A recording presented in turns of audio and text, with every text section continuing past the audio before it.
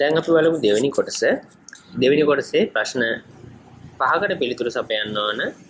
වෙනත් විදිහකින් කියනවා නම් පළවෙනි ප්‍රශ්නේ අනිවාර්යයි. ඊට අමතරව තව ප්‍රශ්න 4කට පිළිතුරු සපයන්න ඕන. ඒ කියන්නේ සේරම ප්‍රශ්න සංඛ්‍යාව 5යි. ප්‍රශ්න 7ක් තියෙනවා. 7න් 5ක් ලියුවම ප්‍රමාණවත්. අපි බලමු පළවෙනි ප්‍රශ්නේ.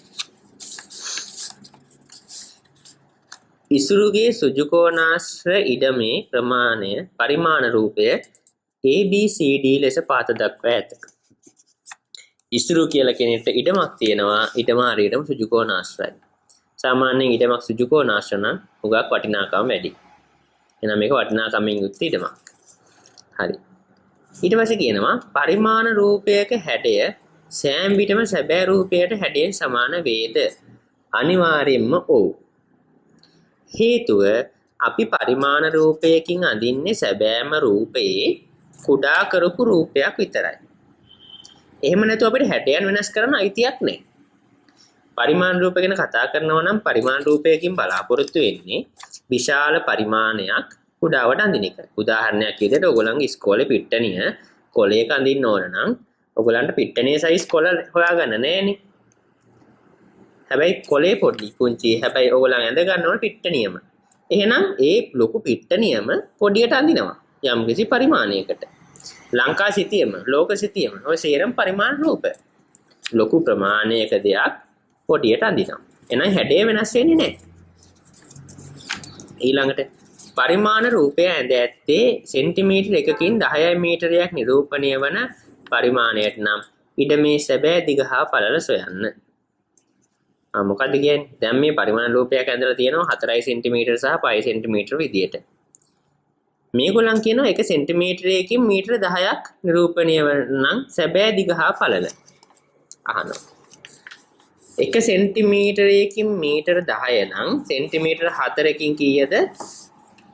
4 ඒව 10ක් 40යි. 1 සෙන්ටිමීටරයකින් මීටර 10ක් නම් සෙන්ටිමීටර 5කින් 5 ඒව 10ක් 50යි මීටර. ඉහත දෙකෙහි දක්වා ඇති පරිමාණය අනුපාතයක් ලෙස ලියන්න. දැන් මම අනුපාත දෙකක් ගත්තනේ. කියනවා එකට මීටර 10යිනේ. ඒ කියන්නේ 1 සෙන්ටිමීටර අනුපාත 10යි මීටර. අපිට කිසිම මොහොතක අනුපාත දෙකක් මතක තියාගන්න ඒකක අසමානව ලියන්න බෑ. එහෙනම් ඒකක සමාන වෙන්න ඕන. එහෙනම් 1 සෙන්ටිමීටර මේකත් සෙන්ටිමීටර කරමු. මීටර 10කට සෙන්ටිමීටර කීයක් තියෙනවද? 10යි. මීටරයකට සෙන්ටිමීටර 100ක් නම් මීටර 10ට 100ව 10ක් 1000යි සෙන්ටිමීටර. එහෙනම් එකට 1000යි. මාර්ග පුළුල් කිරීමකදී දැන් මෙහෙම කතාවක් කියනවා. මාර්ග පුළුල් කිරීමේදී XB 10යි මීටර XY 20යි මීටර වන පරිදි XBCY චතුරස්‍රාකාර කොටස ඉඩමට අහිමි විය. දැන් මෙන්න ඉඩම තියෙනවා. ඉඩමේ මාර්ග සංවාද නිසා මෙන්න මේ කොටස දැන් අයින් වෙලා. දැන් තවදුරටත් මේ හිමිකාරයට මේ කොටස අයිති නැහැ. දැන් එයාට තියෙන්නේ කලින් වගේ සුජුකෝණාශ්‍ර ඉඩමක් නන් නෙමෙයි. ඊට පස්සේ කියනවා AX සහ DY මායින් වල සැබෑ දිග සොයන්න. මොකද කියන්නේ AX සහ DY වල මායින් වල සැබෑම දිග. දැන් කලින් තිබ්බේ ප්‍රමාණය 50යි. 50න් 20ක් අඩු වුණා. ඒ කියන්නේ AX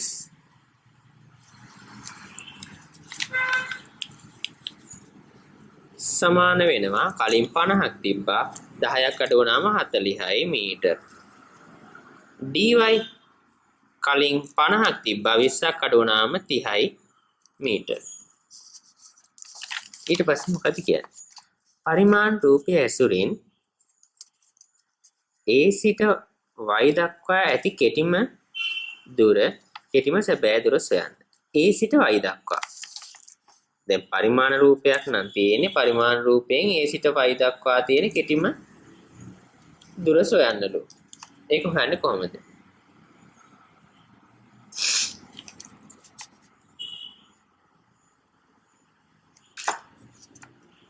සමාව වෙන අපිට කොටස මගේ ඇරුණා.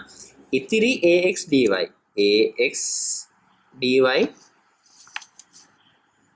පරිමාණ රූපේ 1/500 පරිමාණයට අඳින්න. 1/500 කියන පරිමාණයක් දීලා ඒක පරිමාණ රූපේ අඳින්න කලින් මම මෙන්න මේ වගේ වැඩක් කරගන්නවා. බලන්න.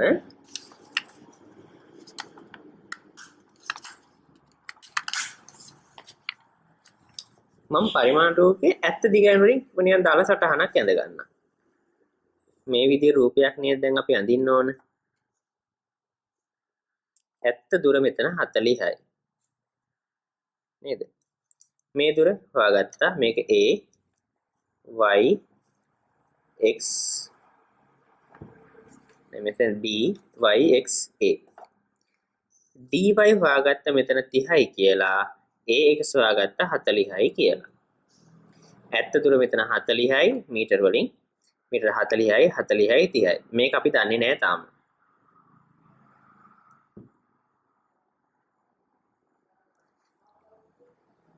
හරිද? දැන් ඇත්ත දුරවල් මීටර වලින් මෙහෙමනම් අපි දැන් පරිමාණයකට අඳින්න හදන්නේ පරිමාණය කියලා තියෙන 1/500යි කියලා. ඒ කියන්නේ සෙන්ටිමීටර් එකකින් සෙන්ටිමීටර 500ක්. තවත් විදිහකින් කියනවා නම් 1 සෙන්ටිමීටර් එකකින් මීටර නම් සෙන්ටිමීටර් 500ක් කියලා කියන්නේ මීටර් 5ක්. දැන් මට මේ පාදේ පෙන්වන්න ඕන සෙන්ටිමීටර් මීටර 40ක්. එකකින් මීටර 5ක්. එහෙනම් සෙන්ටිමීටර් 8ක් පෙන්වන්න ඕන මේක.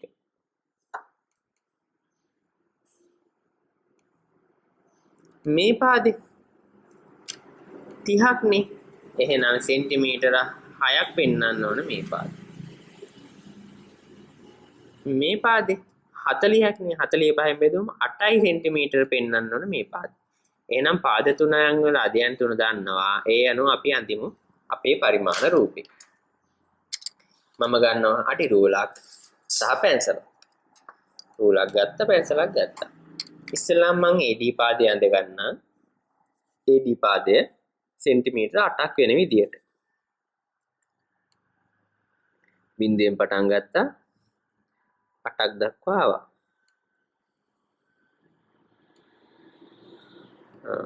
හරි නේද? හරි. ඊට පස්සේ සෙන්ටිමීටර 6ක් අඳින්නවා. බිංදුවෙන් පටන් ගත්තා සෙන්ටිමීටර 6ක් දක්වා අඳින්නවා. හරිනම් මේක අඳිද්දී දීර්ඝ චතුරස්‍රයක් භාවිතා කරනවා නම් හොඳයි. හේතුව මෙතන අංශක 90 හරියටම එන්න ඕන. මේ පැත්තට සෙන්ටිමීටර 8ක් අඳින්න ඕන.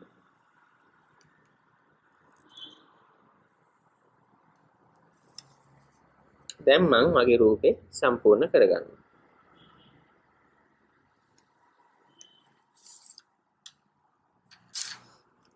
මෙන්න මගේ රූපේ. මේ තියෙන්නේ A, මේ තියෙන්නේ D, මේ තියෙන්නේ Y, මේ තියෙන්නේ X. දැන් කියනවා පරිමාණ රූපය ඇසුරින් A සිට Y දක්වා ඇති කෙටිම දුර, කෙටිම සැබෑ දුර සොයන්න.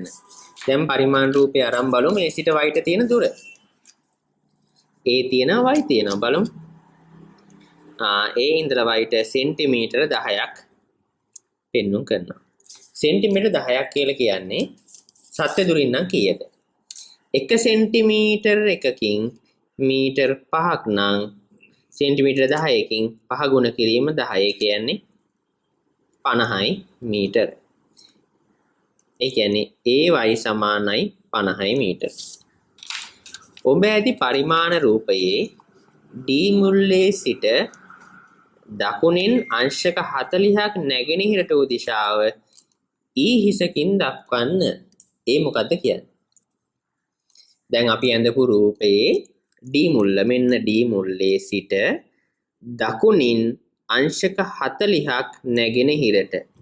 මෙන්න D මුල්ල දකුණ තියෙන මම උතුර මෙහි කියලා දාන්නම්. මෙන්න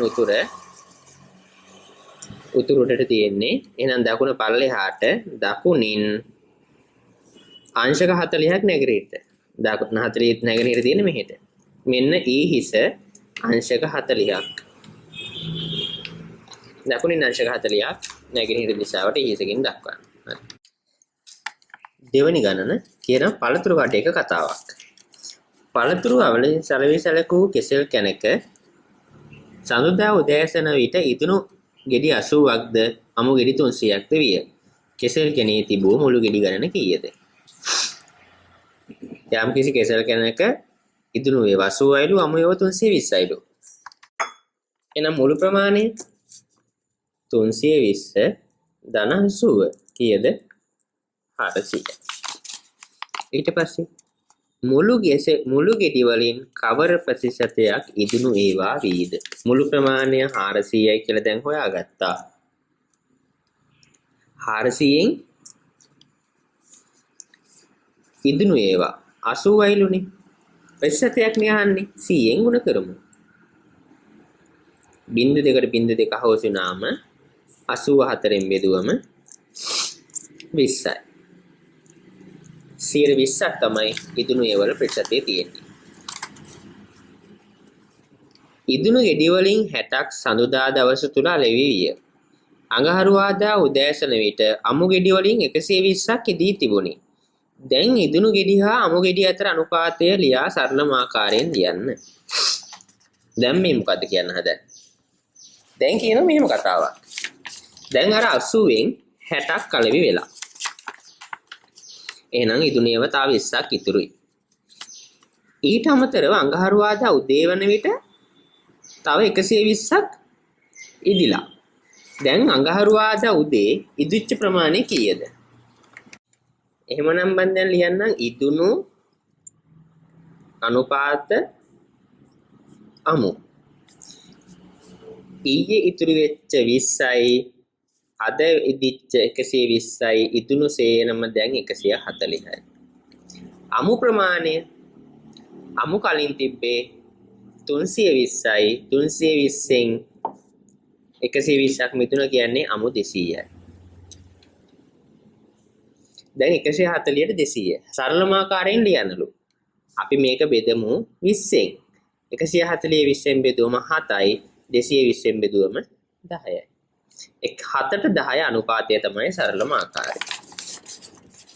අඟහරුවාදා ඉදුණු ගෙඩි වලින් කොටසක් විකුණු පසු අමු හා ඉදුණු ගෙඩි අතර අනුපාතය 10ට 3 විය. දැන් අඟහරුවාදා ඉදුණු ගෙඩි වලින් කොටසක් විකුණලා. එතන අනුපාතය 10ට 3 විය. එදින ඉදුණු ගෙඩි කීයක් විකුණා ඇත්තේද? සාර්ථක ප්‍රශ්නයක්. තර්ක කරන්න තියෙනවා ගොඩක්. දැන් හිතන්න කලින් 7ට 10 අනුපාතයේ තිබ්බ වැඩේ හවස වෙද්දි 10ට 3 අනුපාතය දක්වා වෙනස් වෙලා තියෙනවා. අඟහරුවාදා ඉදුණු ගෙඩි වලින් කොටසක් විකුණුව ගැසුවෙමු අමු හා ඉදුණු ගෙඩි අතර අනුපාතය. අමු මේක අනිත් පැත්තට මම ලියන්න. මොකද අපි කලින් හෙව්වේ ඉදුණු අනුපාතයට අමු අනුපාතය. දැන් වෙනස් වෙලා තියෙනවා. දැන් ගානේ කියන්නේ අමු හා ඉදුණු. ඒ කියන්නේ ඉදුණු 3යි අමු 10යි. එහෙනම් 10ට කලින් 7ට 10 තිබ්බ අනුපාතය 3ට 10 දක්වා වෙනස් වුණා. එදින ඉදුණු ගෙඩි කීයක් විකුණා ඇත්තේද? ඕක කොහොමද හොයන්නේ?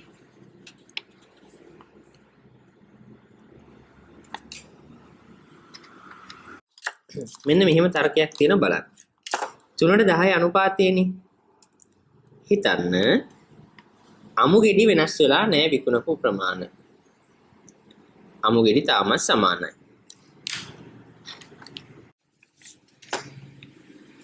අනුපාතය 10යිලු අමු ගෙඩි තිබිලා තියෙන 200ක්. අපි 200 10න් බෙදලා බලමු. 20යි. එකකින් 20ක් නිරූපණය කරලා තියෙනවා. 3ක් විකිනිලා 7න් 3ක් විකිලා කියන 4ක් ඉතුරුයි. ඒ 4 ගුණ කරමු 20න් 80යි.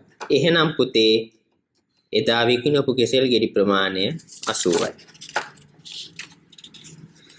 අඟහරු ඊට පස්සේ කියනවා කෙසෙල් ගෙඩි 20ක් කිලෝග්‍රෑම් එකක ස්කන්ධයකින් යුතු වන අතර 1 කිලෝග්‍රෑම් එකක් රුපියල් 50 බැගින් විකුණන ලදී. කෙසෙල් කැන මිලදී ගත්තේ රුපියල් 700කට නම් සියලු ගෙඩි විකිණීමෙන් වෙළෙන්දාට රුපියල් 250ක ලාභයක් අපේක්ෂා කළ හැකි බව පෙන්වන්න. කිලෝ එකකට ගෙඩි 20ක් නම් මෙයාගේ ළඟ ගෙඩි 400ක් තිබ්බා. 400 බෙදමු 20න්. කීයද? 420න් බෙදුවම හරියටම 20යි. එහෙනම් මෙයාගේ ළඟ කිලෝ 20ක් තිබිලා තියෙනවා. 1 කිලෝ එකක් රුපියල් 50 ගාන විකුණන නම් ලැබුණු ලාභය ලැබුණු මුදල 20 ගුණ කිරීම රුපියල් 50. 20 50න් ගුණ කරාම කීයද? 1000යි රුපියල්. එයාගේ වියදම 750යි. ලාභය වියදම 750 නම් ලාභය 1000න් 750 අඩු කරාම 250යි රුපියල් වලින්. ඊට පස්සේ කියනවා මෙහෙම කතාවක් තුන්වෙනි ගානේ. 6යි A 9යි AB 15යි AC යන බීජීය පදවල මහා පොදු සාධකය සොයන්න. එකක් 6යි A 9යි AB 15යි AC මේ තුනේ මහා පොදු සාධකය අහනවා. මහා පොදු සාධකය හොයන්නේ කොහොමද? එහෙම නැත්නම් කුඩා පොදු ගුණාකාරය හොයන්නේ කොහොමද? ඔය තුනම හොයන විදිහ අපි දැන් ඉගෙන ගමු. මේ තුනම බෙදන්න පුළුවන් එක මගයකින් අපි බෙදලා බලමු. මට නම් පේනවා තුනේම ඒත් තියෙනවා. තුනේ ගුණාකාරයක් තියෙනවා. මම නිකන් 3යි එකෙන් බෙදලා බලන්නද? හරි. 3යි එකෙන් බෙදුවම මෙතන නම් 2යි. මෙතන නම් 3යි B. මෙතන 5යි C. තවත් නම් බෙදන්න බෑ වගේ. දැන් මහා පොදු සාධකය කියලා කියන්නේ මෙන්න මේකට. 3යි 8ට. කවුරු හරි කුඩා පොදු ගුණාකාරය හුවනා මේක නම් අහලා නැහැ. හැබැයි කුඩා පොදු ගුණාකාරය හුවනා මෙන්න මේ පද සේරමයේම ගුණිතය. එහෙනම් මහා පොදු සාධකය 3යි A කුඩා පොදු ගුණාකාරය කීයද? දෙවරක් 3 6යි 6 වරක් 3 18යි 18 වරක් 5 90යි 90යි A B C මේ ගණන් අහලා නැහැ. නමුත් කුඩා පොදු ගුණාකාරයත් ගන්න විදිය දැනගෙන ඉන්න. හරි. ඊට පස්සේ කියනවා 3 වතාවක් x ඍණ 2 අඩු කිරීම දෙවතාවක් x ධන 2 වරහන් ඉවත් කොට සුළු කරන්නලු. අපි බලමු සුළු කරන විදිය. 3 වතාවක් x ඍණ 2 ඍණ දෙවතාවක් x ධන 1 වරහන් ඉවත් කොට සුළු කරන්නලු. වරහන් ඉවත් කරනවා කියලා කියන්නේ මොකද්ද? ඇත්තටම මේක මේ 3 x-ටත් අයිති 2ටත් අයිති. මේ 3 x ගෙන් ගුණ කරන්න ඕන. 3 ඒ වගේම මේ ඍණ 2කින් ගුණ කරන්න ඕන. බලමු. 3 ගුණ කිරීම x 3යි x. මෙතන ඍණ ලකුණ නම් ඒක ඍණ ඒ විදිහටම දානවා. 3යි වරක් 2 6යි. ඍණ 2යි s මේ ඍණ ගුණෙන් ගුණාම 2යි ඍණ 2යි x. 2 ගුණ කිරීම එක 2යි මේ ඍණෙන් ගුණ කරාම ඍණ 2යි. 3යි s කෙන් 2යි x අඩු කරාම x. ඍණ 6 ඍණ 2 ඍණයි ඍණයි එකතු වුණාම ඍණමයි 6යි 2යි 8යි. උත්තරේ x ඍණ 8ද ඔයගලන්ටත් ආවේ. එහම ආවනම් ඔයගලන් නිවැරදි. ඊට පස්සේ කියනවා අඹ ගෙඩියක මිල peer ගෙඩියක මිල මෙන් දෙගුණයකට වඩා රුපියල් 7කින් වැඩිය.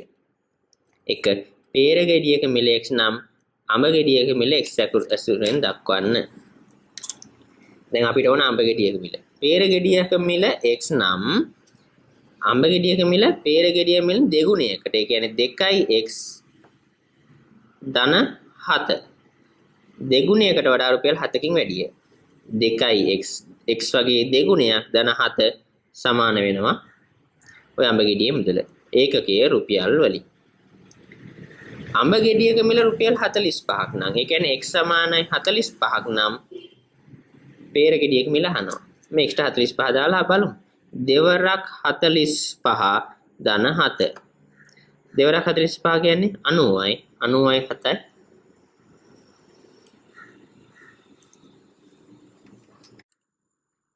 සමායෙන්ම මෙතන පොඩි වැරදීමක් කරලා තියෙනවා. x නෙමේ 45 වෙන්නේ peer ගෙඩියක්. එහෙමනම් 2x ධන 7 සමානයි 45ට. මේ 7 මේ පැත්තට ගියාට පස්සේ ඍණ 7ක් විදියට යන්නේ 2x සමානයි 45 ඍණ 7. 45න් 8ක් අඩු කරාම කීයද? 38යි. එහෙනම් x සමානයි 38 බෙදීම 2. එමන් නැත්නම් රුපියල් වලින් 19යි. එහෙමනම් peer ගෙඩියක මිල 19යි, අඹ ගෙඩියක රුපියල් 45යි. ඊළඟට මොකක්ද කියන්නේ?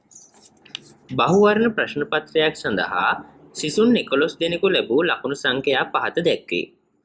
සිසුවෙකු ලැබූ අවම ලකුණු සංඛ්‍යාව කීයද? අපි බලාගෙන යමු. ඉතින් සිසුන්ගේ ලකුණු තියෙනවා. ඉතින් අඩුම එක්කෙනා, කියන්නේ දුර්වලම එක්කෙනා අහලා තියෙන්නේ. මට නම් පේන විදියට මේක දිහා බලාගෙන ගියාම 8ක් තියෙනව නේද? මේ 8 ඊට වඩා අඩු එක්කෙනෙක් නෑනේ. එහෙනම් අඩුම ලකුණු ප්‍රමාණය 8යි. ලකුණු වෘත්තපත්ත සටහනක දක්වන්න. වෘත්තපත්ත සටහනක් කියන්නේ මොකද්ද? මේක චුට්ටක් අහගන්න. වෘත්තයක් කියලා කියන්නේ ගහක කඳකට. පත්‍රයක් කියලා කියන්නේ ගහේ කොළයකට, පත්‍රයකට. මෙන්න මේකට තමයි වෘත්තපත්ත සටහනක් කියලා කියන්නේ. නමුත් අපි අඳින්නේ නම් මේ විදිහට නෙමෙයි. මේ සංකල්පයේ ගොඩ නැගුණේ මෙන්න මේ විදිහට. වෘත්තපත්ත සටහනක් අඳින්නේ පුතේ මෙන්න මේ විදිය ආකාරයේ වගුවක්. මෙතන වෘත්තය. මෙතන පත්‍රය. දැන් වෘත්තපත්ත සටහනක මට අවශ්‍යයි ලකුණු 25 කියන එක දක්වන්න. කොහොමද දක්වන්නේ? මෙතන 21 2 මෙතෙන්ට ලියනවා, 5 මෙතෙන්ට ලියනවා. අන්න ඒ විදිහට තමයි වෘත්තපත්‍රයක මේක සටහන් කරගන්නේ. හරි. දැන් වෘත්තපත්‍ර සටහනක ලකුණු ටික දක්වන්නලු. මම ඉස්සෙල්ලාම දක්වන්නම් 10ට අඩු ඒවා එකක් තියෙනවා. ඒ නිසා බිඳුව මෙතනින් ලිව්වා, 8 ලිව්වා. ඊට පස්සේ 10 20 27 අතර ඒවා කීය තියෙන්නේ? 14 තියෙනවා. 1 ලිව්වා, 4 ලිව්වා. ඊට පස්සේ 16 ලියනවා, 1 ලිව්වා, 6 ලිව්වා. මතක තියාගන්න මේ අතර කමා දාන්නේ නැහැ. ඊට පස්සේ 18 තියෙනවා. ඒ කියන්නේ 8. ඊට පස්සේ 21 23 25 තියෙනවා. 2 ලිව්වා, 1 ලිව්වා. 23 25 25 දෙකක් තියෙනවා. 25 28. මේක පැටලෙන සහ සුළුයි. ඒ නිසා මතක තියාගන්න මේක හොඳම ක්‍රමය තමයි ආරෝහණ පිළිවෙලට හෝ අවරෝහණ පිළිවෙලට ලියාගෙන මේක මේ වගුගත කරන එක. ඒක ඔබේ ලේසිය සඳහා මොකක් ප්‍රයෝජනවත් වෙයි. 30 ගණන් 30 තියෙනවා වගේනේ. 30යි බිඳුව. ඒ වගේම 34 තියෙනවා වගේ 34. බලන්න අපේ පදයන් 14ම ඇවිල්ලාද කියලා. 1යි 2යි 3යි 4යි 5යි 6යි 7යි 8යි 9යි 10යි 11යි. සිසුන් 11 දෙනාම සම්බන්ධ වෙලා තියෙනවා. හරි. ලකුණු වල පරාසය කොහොමද? පරාසය කියන්නේ වැඩිම එක්කෙනාගෙන් අඩුම එක්කෙනා අඩු කරන්නේ. දැන් මේකෙන් ඇත්තටම බලාපොරොත්තු වෙන්නේ කිසියම් දත්ත ප්‍රමාණයක විශ්ලේෂණයක් කරන්න. අපිට හරි ලේසි. දැන් මේ ආරෝහණ පිළිවෙලට දැන් හැදිලාමයි තියෙන්නේ. වැඩිම එක්කෙනා 34යි, අඩුම එක්කෙනා 8යි. 34න් 8ක් අඩු කරාම කීයද? 26යි. එහෙනම් පරාසය 26යි. ඊට පස්සේ ලකුණු වල මධ්‍යන්‍ය ගණනය කරන්න. මධ්‍යන්‍ය කියලා කියන්නේ මොකක්ද?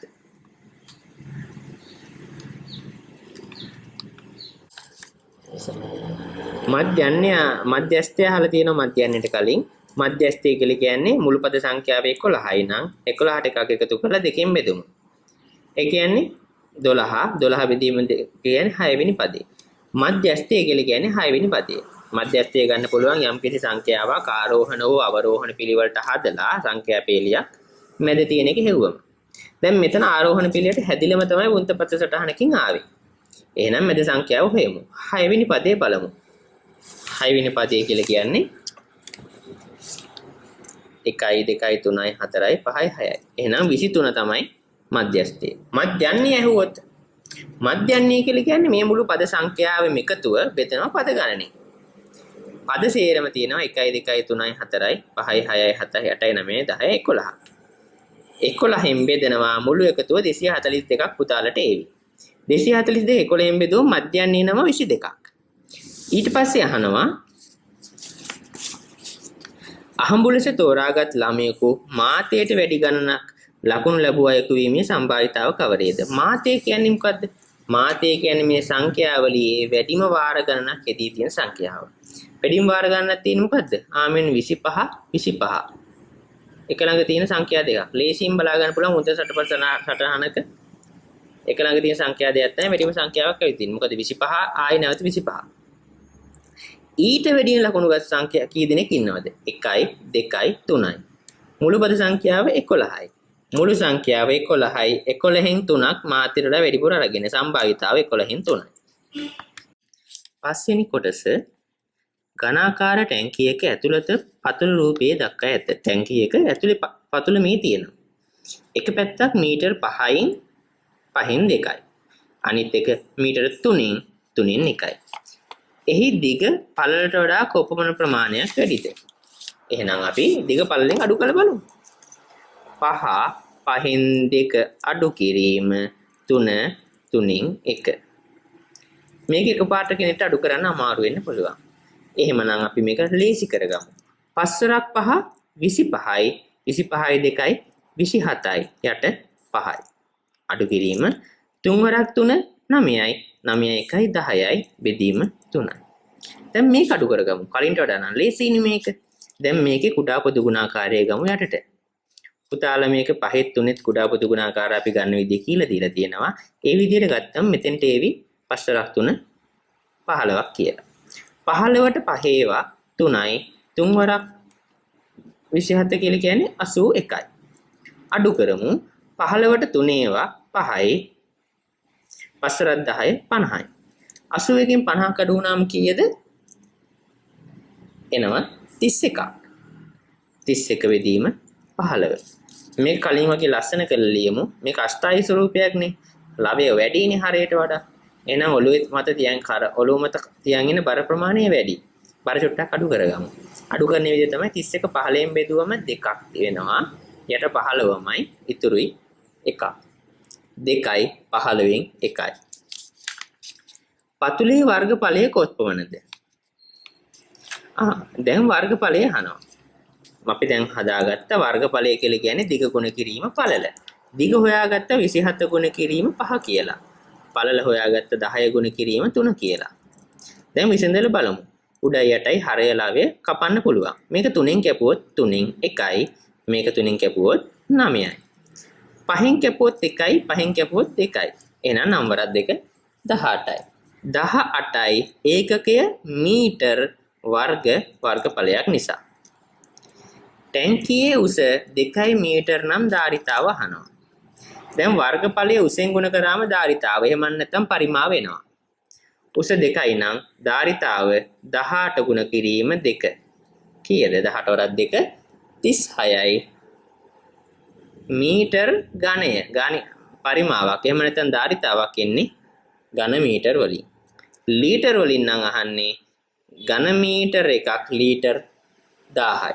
එහෙනම් 36 ගුණ කිරීම 1000. ඒ කියන්නේ 36000යි ලීටර්.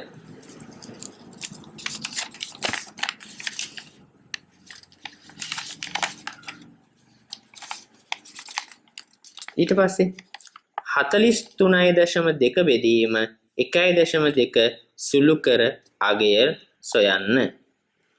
දැන් මේ මොකද්ද අපිට මේ කරන්න කියලා තියෙන්නේ.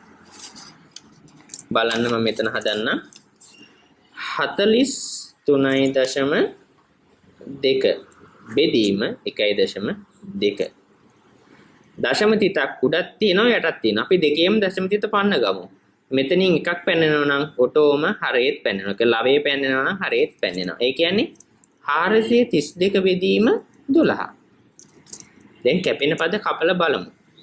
අපි මේක දෙකෙන් බෙදලා බලමු.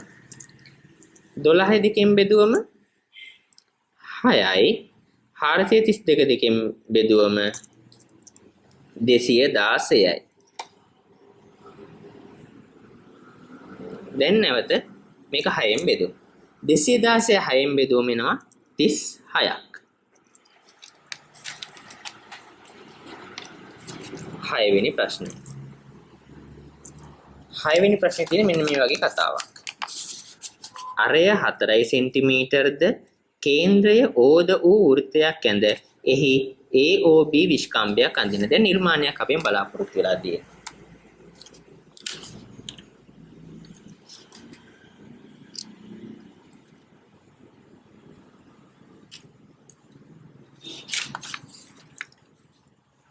මම ගන්නම් කව කට්ටක් සහ අඩි රූලක්.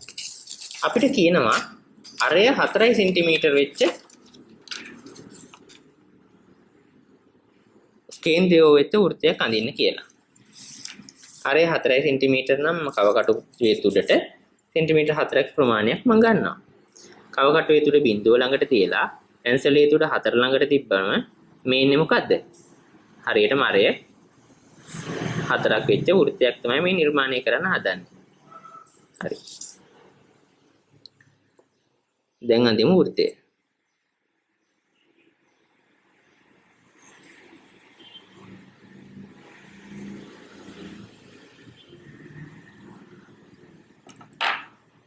මෙන්න අරය සෙන්ටිමීටර් 4ක් වෙච්ච වෘත්තය. මේකේ O කේන්ද්‍රය කියලා දාන්නලු. ඊට පස්සේ කියනවා AOB විස්කම්භය අඳින්න. මම එන විස්කම්භයක් ඇඳ ගන්නවා AOB කියලා. මම ඒක පෑනකින් අඳින්න. නමුත් ඔයගොල්ලන් මේක පෑනෙන් අඳින්න යන්න එපා. හරි. මෙන්න විස්කම්භය. මේක එක පැත්තක් මම A කියලා දාන්නම්. අනිත් එක B කියලා දාගන්නම්. මෙන්න AB කියන විස්කම්භය. මතක තියාගන්න විස්කම්භය කියලා කියන්නේ අරේ වගේ දෙගුණයක්. විස්කම්භය කියන්නේ ජායක්ම තමයි. විශාලම ජාය තමයි විස්කම්භය කියලා කියන්නේ. ABC ත්‍රිකෝණය සම්පූර්ණ කර එය පාද අණුව කවර වර්ගයට අයත්දැයි දක්වන්න. ඊට කලින් කියලා තියෙනවා AC සමානයි 4 සෙන්ටිමීටර් වන පරිදි වෘත්තය මත C ලක්ෂය ලකුණු කරන්න. AC A ඉඳලා C සෙන්ටිමීටර් 4ක්ලු. ඒක වෘත්තය මත වෙන්නත් ඕනලු. එහෙනම් මොකද කරන්න තියෙන්නේ? එහෙනම් කරන්න තියෙන්නේ මම වෘත්තය මත සෙන්ටිමීටර් 4කින් C ලක්ෂය ගහනවා. පොඩි chance එකක් තියෙනවා සෙන්ටිමීටර් 4 මම අලුතෙන් ගන්න ඕනේ නැහැ. මොකද මගේ අරය සෙන්ටිමීටර් 4යිනේ. හරි. එහෙනම් මම සෙන්ටිමීටර් 4කින් මගේ රේඛාව මම ඡාපයක් ගසා ගන්නවා. එහෙනම් එතන තමයි C තියෙන්නේ. මම දැන් A ලක්ෂයත් C ලක්ෂයත් යා කරාම ඒ වගේම C ලක්ෂයත් B ලක්ෂයත් යා කරාම මට එනවා ත්‍රිකෝණයක්. හරි මගේ ත්‍රිකෝණ නිබන්ධය සම්පූර්ණ කරලා ඉවරයි. ABC ත්‍රිකෝණය සම්පූර්ණ කර පාද අණුව කවර වර්ගයට අයත්දැයි විස්තර කරන්න. ත්‍රිකෝණ වර්ග කරන්න පුළුවන් ආකාර දෙකක් තියෙනවා. එකක් කෝණ අණුව අනිත් එක පාද අණුව. මේක කෝණ අණුවත් වර්ග කරන්න පුළුවන්. නමුත් ඕගොල්ලන්ට තාම අත්දැකීමක් නැහැ ඒ සම්බන්ධව. මේක කෝණ අණුව වර්ග කරොත් ඇත්තටම මේක සුජුකෝණීය ත්‍රිකෝණයක්. හේතුව මෙතන සුජුකෝණය නිර්මාණය වෙනවා. නමුත් ඕගොල්ලන් තාම මේක දන්නේ නැහැ. එහෙනම් මේක සුජුකෝණ ත්‍රිකෝණය. නමුත් අපෙන් අහන්නේ පාද අණුව වර්ග කරන්න කියලානේ. කොහොමද ඒතර මේක පාද අණුව වර්ග කරගන්නේ? පාද අණුව වෙන් කරගන්න ගියොත් අපිට මේ පාද තුනම සමාන නැහැ කියලා තමයි කියන්නේ. පාද අණුව වෙන් කරනවා නම් සමපාද ත්‍රිකෝණ, සමදිපාද ත්‍රිකෝණ සහ විෂම පාද ත්‍රිකෝණ. එහෙනම් මේ පාද තුන සමාන නැහැ. එහෙනම් විෂම පාද ත්‍රිකෝණයක්.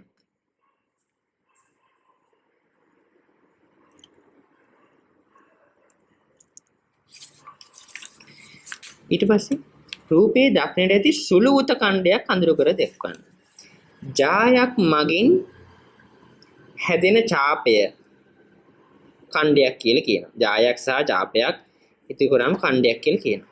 මම මේ පාට කරන්නේ සුළුවුත ඛණ්ඩයක්. හේතුව මෙන්න මේ ජාය මගින් හැදෙන පොඩි කෝණය සුළුවුත ඛණ්ඩයක්, මහා ඛණ්ඩය මහවුත ඛණ්ඩයක්. ඒතර තව කෙනෙක්ට අහන්න පුළුවන් මේක මොකද්ද කියලා. ඔව් ඒකත් හරි. ඒකත් කවුරු හරි පාට කරලා තියෙනවා නම් ඒකත් හරි. ජායක් මගින් හැදෙන පොඩි කුත ඛණ්ඩය සුළුවුත ඛණ්ඩයක්, හැදෙන මහවුත ඛණ්ඩය මහවුත ඛණ්ඩයක්. අහන්නේ සුළුවුත ඛණ්ඩයක්. ඔබ මේක හෝ මේ දෙකෙන් එකක් පාට කරලා තියෙනවා නම් ඔබ නිවැරදි. AB ගෙන් C පිහිටි පැත්තට විරුද්ධ පැත්තේ වෘත්තය මත D ලක්ෂයක් ලකුණු කොට AOD කේන්ද්‍රික කෝණය XS ලකුණු කරන්න. එතන මොකද කියන්නේ? AB හොයාගෙන යනවා මෙන්න AB C පිහිටි පැත්තට විරුද්ධ පැත්තේ C තියෙන පැත්තේ නෙමෙයි අනිත් පැත්තේ වෘත්තය මත D ලක්ෂයක් ලකුණු කොට AOD කේන්ද්‍රික කෝණය XS ලකුණු කරන්නලු. හරි. AB ගේ C පිටින් පැත්තේ අනිත් පැත්තේ මම ලකුණු කරගන්නවා මොකක් හරි ලක්ෂයක් D කියලා. A ගෙන් A හැදෙන AOD කේන්ද්‍රික ඛණ්ඩය. යම්කිසි අරයන් දෙකක් මගින් හැදෙන කෝණය කේන්ද්‍රික ඛණ්ඩයක් කියලා කියනවා. ඒක අංශක x කියලා ලකුණු කරන්නලු. ලකුණු කරා. හරි.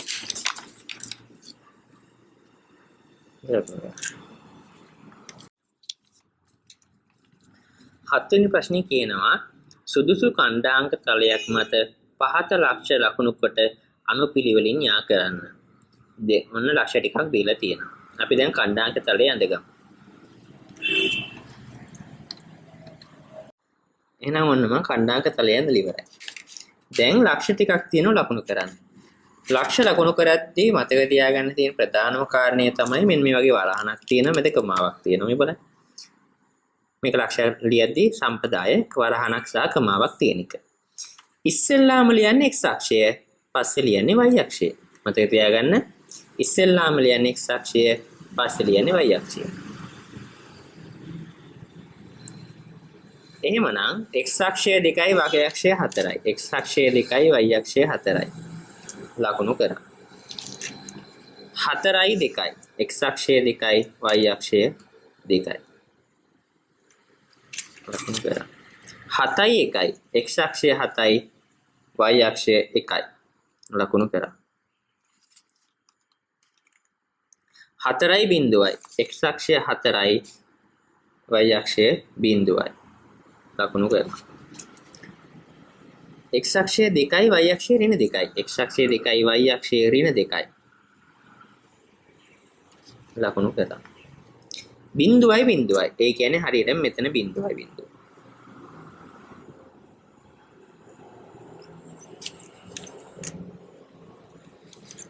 ඊට පස්සේ ඍණ 3යි 1. ඍණ 3යි 1. ඊට පස්සේ බිඳුවයි 2. බිඳුවයි 2. ඔන්න ලක්ෂ ටිකක් මම ඇඳගත්තා. දැන් මොකද කියන්නේ? ලැබෙන රූප දැන් ඒක ටික අනුපිළිවෙලින් යා කරා ගන්නලු. මම පටන් ගත්තේ කොතනින්ද? මෙන්න මෙතනින්. මෙතනින් මෙතෙන්ට ගියා. මෙතනින් මෙතෙන්ට ගියා. මෙතනින් මෙතෙන්ට ගියා. මෙතනින් මෙතෙන්ට ගියා. මෙතනින් මෙතෙන්ට ගියා. මෙතනින් මෙතෙන්ට ගියා. මෙතනින් මෙතෙන්ට ගියා. මෙතනින් මෙතෙන්ට ගියා. 아무තු ත්‍රිකෝණයක වගේ හැඩයක් ආවා. ලැබෙන රූපයේ සම්මිතික අක්ෂය ඇඳ ඒවා මත සමීකරණ ලියන්න. ඒ මොකද්ද මේ කියන්නේ? දැන් මේකේ සම්මිතික අක්ෂ කීයක් තියෙනවද? සම්මිතික අක්ෂය කියලා කියන්නේ යම් කිසි අක්ෂයක් ඇඳලා පස්සේ ඒ අක්ෂය වටා රූපයේ සම්මිතික සමාන කොටස් දෙකකට බෙදෙනවා. මම නිකමට වගේ මෙහෙම අක්ෂයක් අඳින්න. දෙක හරහා යන විදිහට ඇඳලා. මේ අක්ෂය වටා මේ රූපේ සම්මිතිකයි. මේ සමීකරණය තමයි x සමානයි 2 කියන සමීකරණය. තව සම්මිතික අක්ෂයක් අඳින්නම් මේ විදිහට. එක හරහා ගියා. මේ සමීකරණය තමයි y සමානයි 1 කියන සමීකරණය. එන සම්මිතික අක්ෂ දෙකකුත් ඇඳා ඒ වගේ මේවා ලකුණු කරා.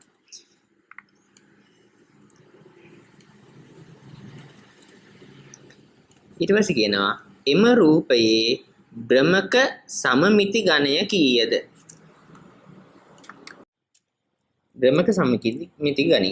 ඒ කියන්නේ අපිට සමාන සම්මිතිකව කොටස් කීයකට ගන්න පුළුවන්ද බලන්න. 1යි 2යි 3යි 4යි. එහෙනම් සම්මිතිකව අපිට කොටස් 4කට මෙම රූපය බෙදා ගන්න පුළුවන්. ඒක තමයි භ්‍රමක සම්මිති ගණය. අපි මේ කතා කරේ දකුණු පළාත් 8 ශ්‍රේණිය 3 වෙනි වාර 2018 ප්‍රශ්න පත්‍රය. ඔබ මේන් විශාල ප්‍රයෝජනයක් ලබා ගත්ත කියලා විශ්වාස කරනවා.